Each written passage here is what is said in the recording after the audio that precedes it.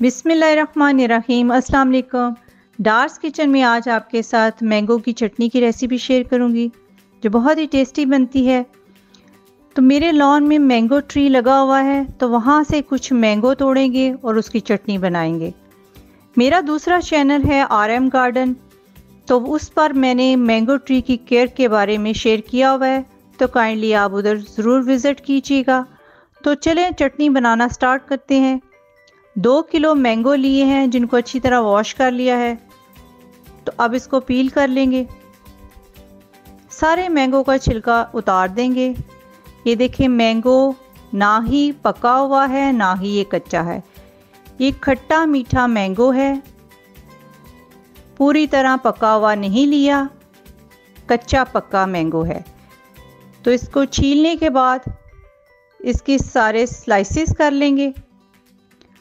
अच्छी तरह सारे पीसेस अलग कर लेंगे और गुठली और छिलका अलग कर देंगे।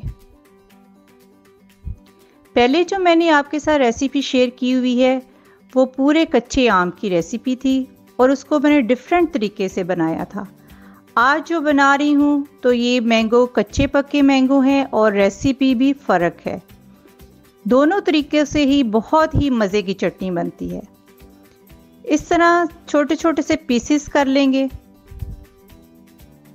और पीसेस करने के बाद वेट करेंगे कि गूदा कितना निकला है और छिलका कितना है।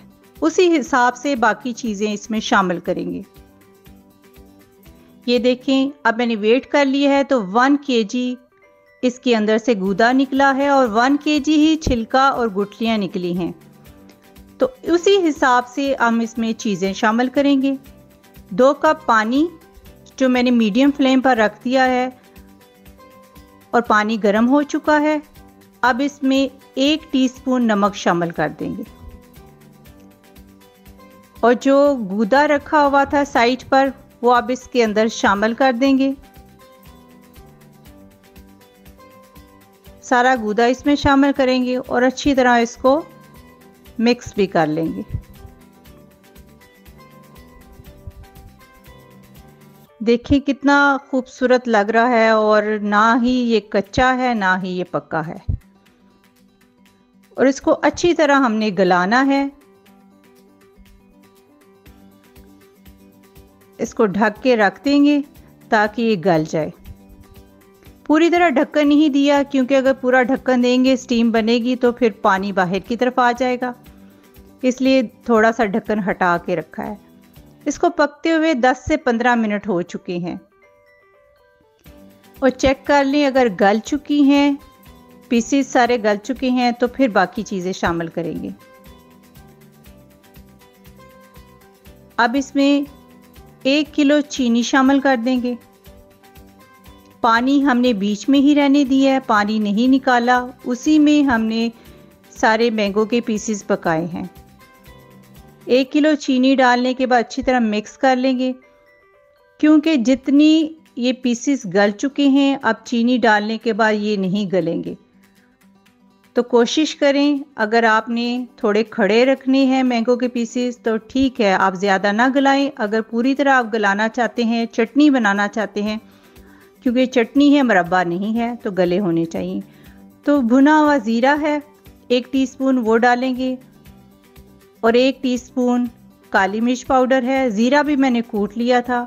1 टीस्पून इसमें सुर्ख मिर्च पाउडर डालेंगे। सारी चीज़ों को मिक्स कर लेंगे। नमक हम पहले ही शामिल कर चुके हैं और इसको मज़ीद थोड़ी देर के लिए पकाएंगे।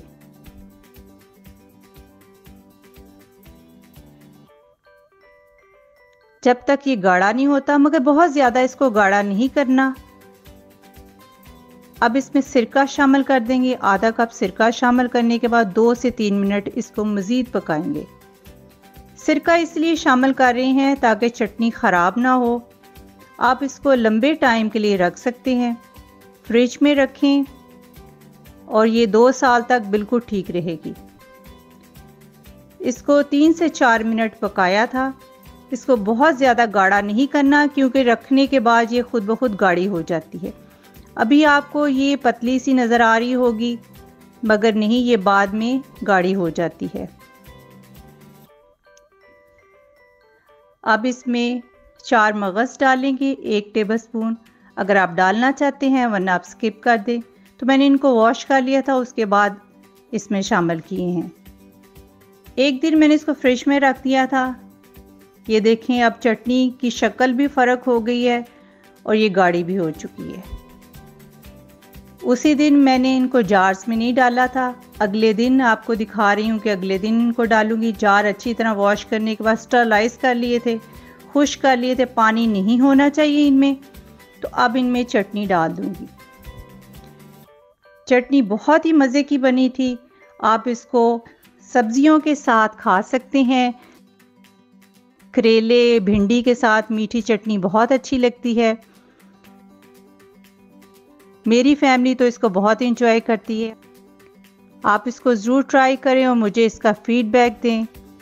डास किचन को सब्सक्राइब, वीडियो को लाइक और फ्रेंड्स से शेयर करना मत भूलिएगा। अपना बहुत सारा ख्याल रखें, अपनी दुआओं में याद रखें। आप इजाज़त दें। अल्लाह हाफिज़।